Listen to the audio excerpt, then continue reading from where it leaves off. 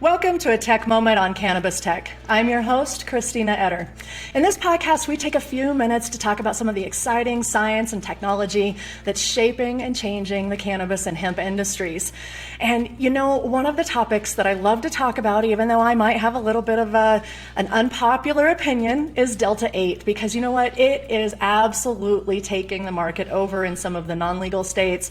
And with the recent news coming out of the Federal Appeals Court, obviously this is a super hot topic. I'm super excited to welcome to the show today Chase Terwilliger, who is the CEO of Balanced Health Botanicals and the parent company to CBD Distillery. And this is absolutely the topic that we're going to talk about today. So Chase, thanks so much for taking some time out and coming onto the show. Thanks, Christina. I'm excited to be here. So, like I do with most of my guests, the first thing that I'm going to ask you to do is really just kind of give us your background. Talk to us a little bit about how you became the CEO of Balanced Health Botanicals and what led you here. Yeah, happy to do so. So I think unlike a lot of people in the cannabis industry right now, I have a little bit different background. I came out of healthcare, so was on the medical device side coming out of college.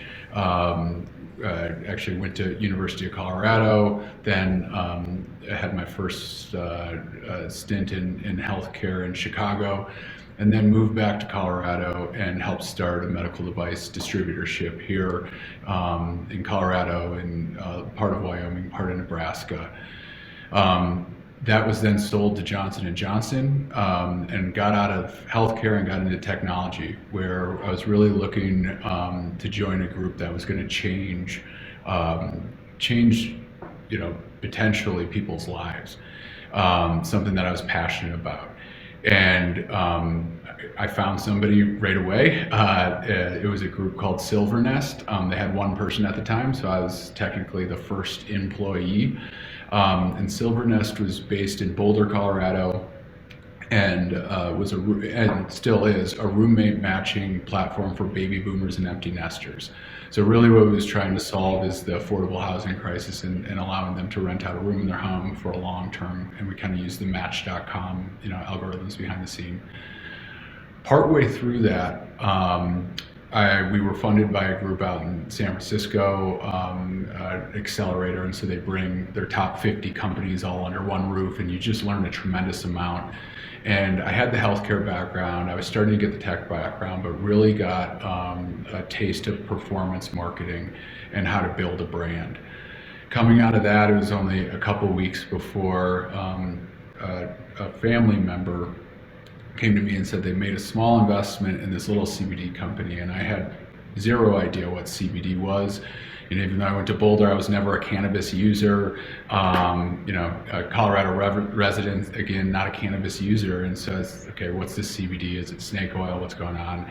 And so they had a really good foundation where they had extraction, and they had some founders that really knew the product well. They've been lifetime cannabis people, but they needed somebody kind of to come in on the business side of things and take a look at everything and just put the right pieces in place and let the team really concentrate on building the best products out there. So I said, okay, fine, I'll come on for a month, 2 months, we'll get this figured out. Did that, things started to take off, and the testimonials started coming in. And it was changing people's lives. And I'm like, oh my gosh. So I dusted off the old physiology books. I was a physiology major in college, started looking into the endocannabinoid system, and everything just started kind of matching up. And so then I started using it myself, and I said, oh, this is incredible. And so we went full bore in at that point in time and left the healthcare and technology careers behind. And this, I really felt, combined both of those. And then at the same time accomplished what I wanted to, change the world, increase the quality of people's lives. And so I'm very grateful for being in the position I am with the company that I'm in. Definitely. And, I feel like that's what cannabis really does for a lot of us, especially those of us that kind of grew up in areas or in lives where we weren't necessarily exposed to cannabis, on a regular basis, and we may not have known some of these details and some of the science that we're starting to see now. And that's what's so fascinating for me, is that it's the science really that's able to grab a hold of people's attention and help them see this herb from a different perspective. And you're right, those testimonials are, they hook you. Exactly. And there's more and more science coming out. As you know, that's one of the challenges that we face every single day in this cannabis industry is, since it's, CBD is federally legal, but we still need regulatory guidance from the FDA. A lot of our studies that we want to do with universities or big institutions, we can't do right now because it won't get through the IRB because we still are waiting on FDA regulations. Same thing with marijuana, right? It's so hard to test this stuff right now and get the right science out there for the people to really grasp onto and understand what it's doing for individuals on a molecular and biological level. Most definitely. And so you touched on a couple of topics there that I think makes a great segue into what we want to talk about today. And that is, federal legalization. Obviously, the news here on Delta-8 recently with the appellate court saying that Delta-8 from hemp is a legal substance, and that if it's not, then it needs to go back to Congress, and Congress needs to decide, how they're going to regulate this. And essentially, when we look at it from that perspective, this decision, kind of legalizes THC in most forms from the plant. Just having this decision out there on Delta-8, as we know, that's just one of the THCs that's being produced in cannabis and hemp. And so it's very interesting to kind of see this evolution, I want to say, take place in Delta-8. And I'm very anxious to kind of hear your perspective. Because we have the Senate Bill 205 here in Colorado, and then we have this decision with the appellate court. So I'd love to hear your perspective and your thoughts on what's going on right now with the legality of Delta-8. Yeah, so as far as Delta-8 goes, everybody's pretty aware. It started to gain popularity in kind of the summer of 2020. So we've had a couple of years under our belt. You've seen a lot of states come in and either try and regulate it or ban it completely. You mentioned, a hearing just from last week. Is it on a federal level legal? Everything that we're seeing is, yes, it's absolutely legal. It falls within the definition within the 2018 Farm Bill, and so it's federally compliant. From a Colorado standpoint, I think there are issues, and to be frank, we've never come out with a Delta-8 product because of its synthetically derived, right? It's found in the plant at very, very small levels, and it's converted. They convert CBD through a chemical process to Delta-8, and so we try and do everything all natural at CBD Distillery. But from a Colorado standpoint, it's something that's intoxicating and blatantly intoxicating, and being marketed to be intoxicating. We have a system in Colorado already with the Marijuana Enforcement Division that regulates the intoxicating products. And then where I think, the big poke in the side to not only Colorado, but everybody, is these Delta-8 products are completely unregulated. And it seems like, and I can't speak for everybody here, I'm sure there's a handful of companies that are doing it the right way and putting it through the right testing protocols, have done the right safety studies, but I haven't seen that yet. And so what you're getting is, in these lab results, especially with the synthetic conversion, you're getting all these different, when you run it through chromatography, you're getting all these different variants of Delta-8, which nobody quite understands yet. So I personally feel like there needs to be, if Delta-8 is legal in the future, right, there needs to be some type of regulation and testing around the process, and some more defined guardrails around marketing it as well. Precisely. I cannot agree more. We just did a podcast last week with Chris Hudala from Pro Verde, and he was saying those same things. In all of the samples that they've tested of Delta-8 products at Pro Verde, they have yet to find one that didn't have some level of contamination in it. And there's so many stories now of, there's producers out there that are using vitamin E acetate in the vape cartridges, and we know that that's not ethical. That's not safe. It's not good for people's lungs. And so you're right. Legality isn't so much the concern. It's the regulation around how it's being produced and making sure that these products are safe. And I was so thrilled to see that there's still companies that believe in that natural approach, because for me, I kind of feel like Delta-8 is taking the cannabis space back into the pharmaceutical industry with these man-made chemical conversions of a natural substance. And that just screams pharmaceutical to me, which is the exact opposite of what the cannabis industry set out to do in the first place.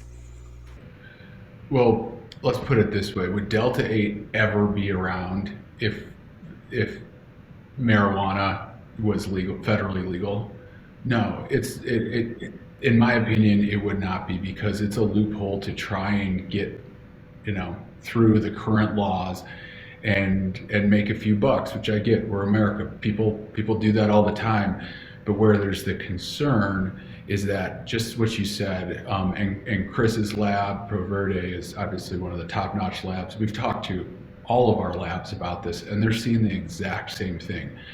So when we looked at it, because we have a fiduciary responsibility for our shareholders to look at every real opportunity coming through the door, what we've done in the past is we've done self-affirmed grass. So we actually take our products, full spectrum, isolate, broad spectrum products, and we do self-affirmed grass, which is generally recognized as safe. It goes through, we do a bunch of toxicology studies, and then we send it to an independent board of toxicologists to say, hey, is this safe or not? I mean, we were embarrassed to even submit something on Delta-8, because when we started looking at the tests, they were just all over the place. And so that's where we throttled back on top of the all natural, because at the time we're like, okay, well, maybe we can find a way to get it naturally, or biological conversion or something like that. I think those are all off the table right now. But even just looking at it, it was just a decision we weren't going to go, because we couldn't get that safety profile down where we're comfortable sending that out. And I think for most people, that's how they imagine all companies being. I think for most consumers, they imagine that most companies are taking the steps that you're taking to ensure that the products that they have are safe. And unfortunately, those of us in the industry know that that's not happening in hemp because of the lack of regulation, because manufacturers don't have to, and so it becomes one of those things of bottom line profits. And if they can get by with it, they will. And like you said, these are being marketed in ways that are not open and clear. They're not being, completely honest about how these products are being derived and how they're being produced. And so that becomes a concern then, I think, when consumers really are kind of playing Russian roulette with not knowing which company is doing it the right way and which companies aren't. And all of these products are on the shelves. I have heard so many consumers, like you mentioned just a second ago, if it weren't for the fact that cannabis was illegal in their state, they wouldn't even think about the Delta-8 products. But because the Delta-8 products are there and they're marketed as legal and they're marketed as safe, they're okay with it. And that, I think, is kind of the eye-opener for me, that I feel like we need to be talking about these products more. And it's not about, I guess for me anyway, it's not about being intoxicating. We've been dealing with intoxicating substances in the market for decades, for years. It's about how they're being produced and whether or not one of those unknown chemicals that is showing up in these chromatograms could be the starting point for some disease that they might develop in another 10 years. Absolutely. Couldn't agree more there.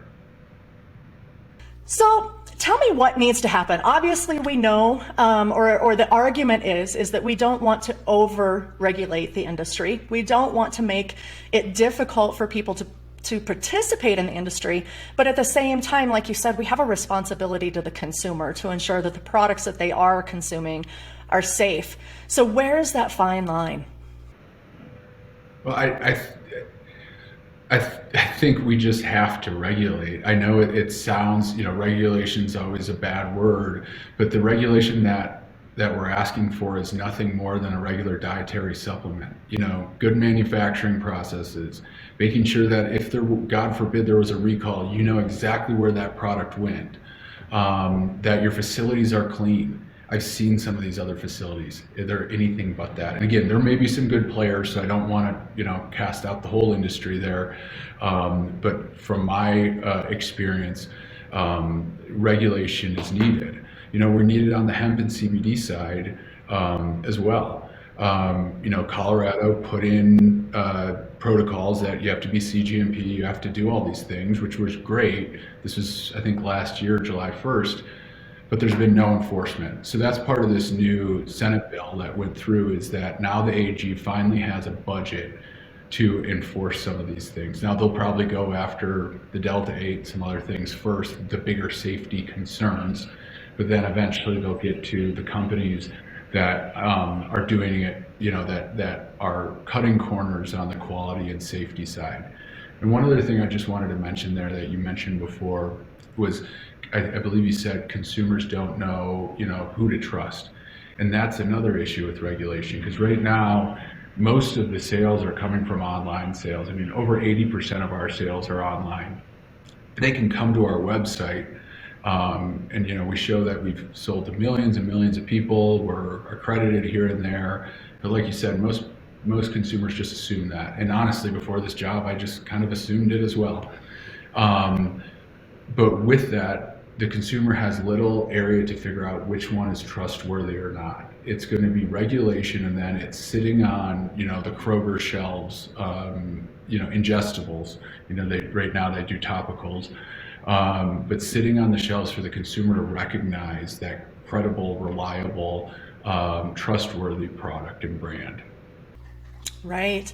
And that's actually a phenomenal point to make, is that if we really do want to see CBD and other cannabinoids available on the shelves of, say, a CVS or a Walgreens or Kroger, whoever we want to sell those products, there are certain safety standards that those companies are going to require of any product that they put on their shelves, because there's a certain amount of liability that's going to transfer to them as well. And so they don't want to take that risk.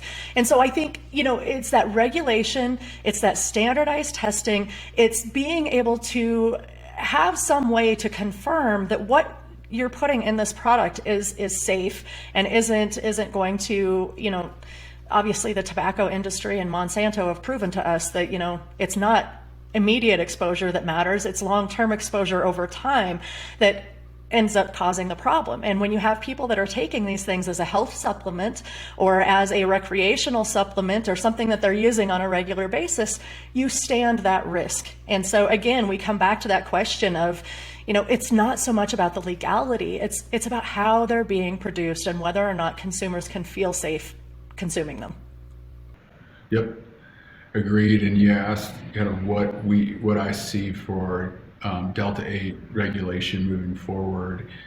I think eventually, if companies can prove that it is safe, there may be a spot for it within dispensaries. Again, I'm not out here to say never, and that there's not benefits potentially to Delta-8, but like you said, we just need to prove that it's safe first, because it's unlike cannabis. I mean, cannabis has been around for tens of thousands of years, and people have been consuming it. And so we know, that it's generally safe. Delta-8, we have no idea. So tell me a little bit more about Balanced Health Botanicals and CBD Distillery. I know that you're not getting into these products because you're trying to keep things a little more natural to the plant. So talk to me a little bit about your product line and what kinds of things do you do with your products to ensure that the customers are getting the safety standards that you talked about earlier? Yeah, CBD Distillery is one of the top CBD and hemp brands in the world. The way that we got there was very, very simple: trust and transparency. We were the first ones to put out third-party test results, which is now a gold standard. First ones to do QR codes that link to our test results. And we got a really, really strong following because of that. And through that, as far as products go, it's been all about the customer. We just listen to our customer. Like I said, 80% of our sales are online, so we get immediate feedback. What do people want? What do they want us to put in the product pipeline? What do they want us to run studies on? Safety studies as well as clinical studies. And so we have a very diverse product portfolio. Sometimes it is a little overwhelming to the new consumer. That's something we're working on because we have so many. We have, obviously the classics CBD, but we have it in full spectrum, broad spectrum, isolate, and then we have CBG, CBN products, CBDA, CBD with functional mushrooms, CBD with kava, kind of all over the place there. As well as a topical line. So we kind of have everything for everyone right now. And then what we've just released last week, going to kind of our mission as Balanced Health Botanicals, is to provide an alternative path to a healthy and balanced life. And looking at that, we have been just chomping at the bit to get into THC. Now we have little or trace amounts of THC in our full spectrum products, obviously, but we came out with a gummy that has 5 milligrams of hemp-derived THC, so it's still Farm Bill compliant. Has 25 milligrams of CBD, and then we've been able to leave the terpene profile in there, which I'm most excited about. So you get kind of the ultimate relaxation and buzz, but it's not like taking a 5 milligram THC edible. It's a different experience. So we're super excited about that product. We look at it it's called Unwind Synergy Plus. We're looking at it really after, something we haven't been able to provide to our customers yet, which is after work, after a long day, how do you relax and have a healthier alternative to relax? And this product really solves that. It also helps us put down the train tracks, or help, start to put down the train tracks for higher THC products here in the US. We are owned by a large public company that has a very large cannabis operation in Canada, one of the top LPs there, and as well as a massive produce business actually here in the States. So, when you go to the grocery store, you find their tomatoes and cucumbers and peppers, but they have really big greenhouses, hint, hint, nudge, nudge, what will happen with federal regulation. So we're really excited about THC and higher strength THC in the future, but right now this is kind of our first step, and we're really excited about this new Unwind Synergy Plus. So I am so excited that you brought that up because, for me, I feel like this is the answer. When we start to allow those THC products, allow that THC from hemp to be, concentrated and put into products like this, that to me is the answer to Delta-8, because it really is that natural derived cannabinoid that is legal according to the statutes, and there's a way to utilize it, and I feel like more and more companies, I just had a conversation I want to say a couple weeks ago with Cornbread Hemp. They're also doing Delta-9 THC things. A local company here in Manitou Springs that's famous for their candies, Patsy's Candies, they're starting to do some Delta-9 THC caramels and chocolates, so I'm loving to see how the hemp industry has started to embrace that and started to use that natural cannabinoid and find those loopholes that direction, I just feel like that's a better answer than using chemicals to convert a natural substance into something that we don't know. And so I'm thrilled to hear that you guys are starting to lay that groundwork to get into that side of the market, because I really feel like that's where the answer's at.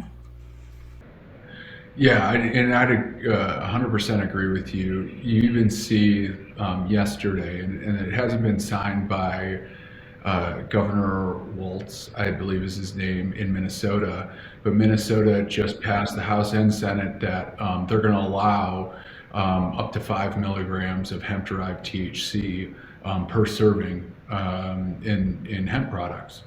Now, the legality behind everything, like you said, on a federal level, there's no issues with that 5 milligrams in the products that we're selling, or we wouldn't be selling it because we're publicly listed.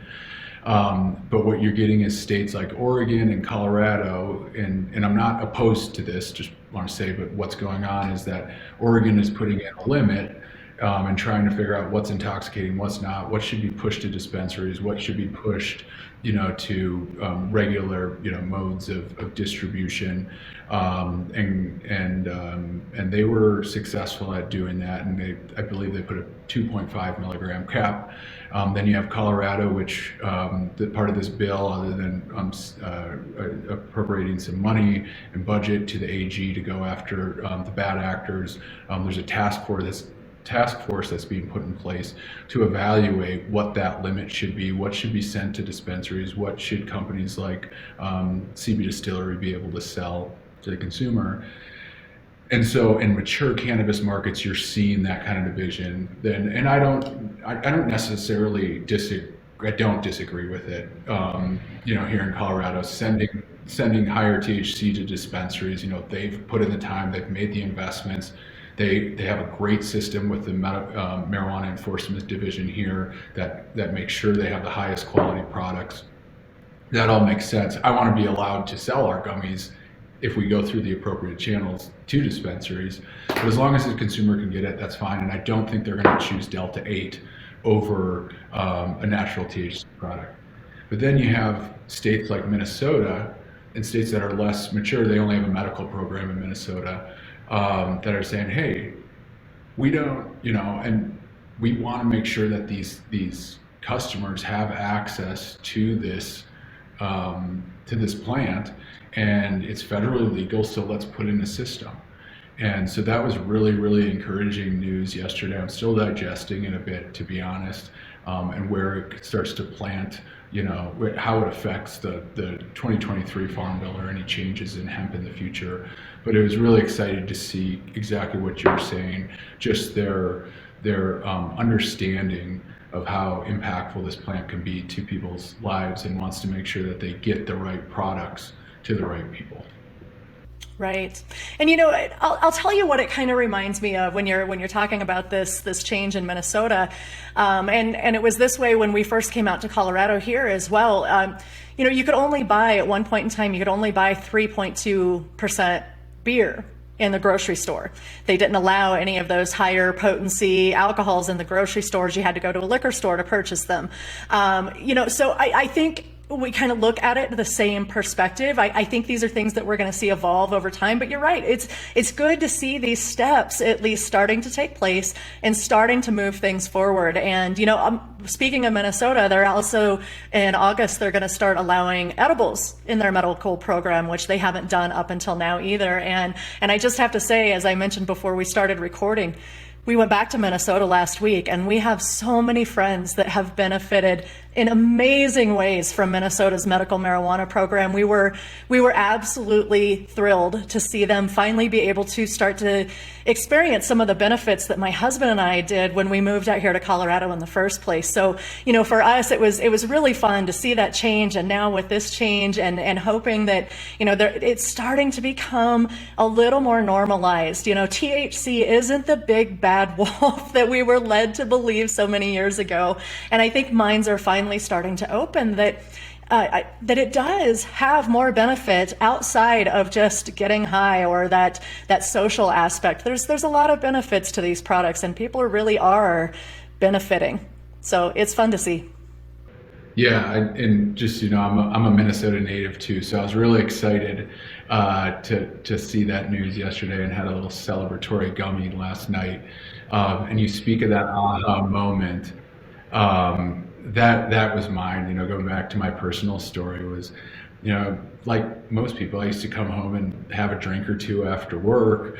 I'd sleep like garbage because now we all have sleep trackers, and you'd see how impactful it was. And then I'd wake up in the morning, not want to work out. And I've lost 15 pounds since I've started this job, just by, trading out cannabis for alcohol. And now there's a time and place where I'll have a beer or two, but it's just crazy how much better of a life that I've had. And people in Minnesota, they've wanted that. The people I've talked to, they've wanted it. Now we can finally get them that product. And so I the first text that I sent out before even the email came out that we released this product were to my friends and family in Minnesota, letting them know, because they've seen how it's transformed my life, and they're just excited to improve their quality of life from it. Most definitely. And when we're off camera, I'll tell you our story too. But, Chase, I appreciate you so much coming on the show today and talking about this. I feel like these are the conversations that we need to have in order for not only the consumer really to be more aware of what's out there in the market, but to kind of educate the industry on where the hesitation is and why we feel like, it's not that we're against the Delta-8. We're concerned about the way that it's being produced and the lack of regulation. We want to see good, ethical companies doing things the right way. And so I appreciate you taking a minute of your time, coming onto the show and giving us your perspective and talking about your company there at CBD Distillery. And we're anxious to, kind of follow along and see what new comes from your company. Thanks, Christina. I really enjoyed the conversation.